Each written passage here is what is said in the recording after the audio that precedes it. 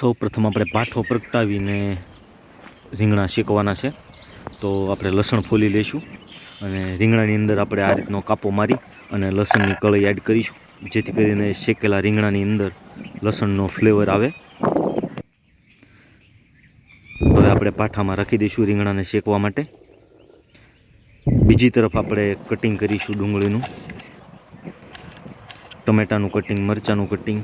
અને બીજી તરફ આપણા રીંગણા શેકાઈ ગયા છે, તો હવે બહાર કાઢી અને આપણે સારી રીતે ફોલી લઈશું અને ચાકુની મદદથી આપણે ડીટીયા કાપી લઈશું. અને આ રીતે આપણે બારીક કટિંગ કરી લઈશું.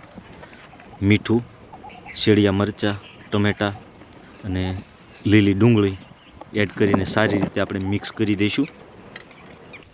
બીજી તરફ આપણે બાજરાનો લોટ લઈ જરૂરિયાત પ્રમાણે મીઠું નાખી અને લોટને આ રીતે આપણે મિક્સ કરી અને આ રીતે લોટને આપણે મસળી લઈશું અને ગોળ રાઉન્ડ શેપ આપીશું. હાથની મદદથી આપણે ટીપતા જઈશું. હવે આપણે પેનમાં રોટલો નાખીને બંને સાઈડ સારી રીતે શેકી લઈશું. બંને સાઈડ આપણે પલટતા જઈશું અને ઉપર દેશી માખણ લગાવીશું. તો આપણો રોટલો બનીને તૈયાર છે. તો હવે આપણે આનંદ માણીશું માખણ અને ગ્રીન ઓળા સાથે.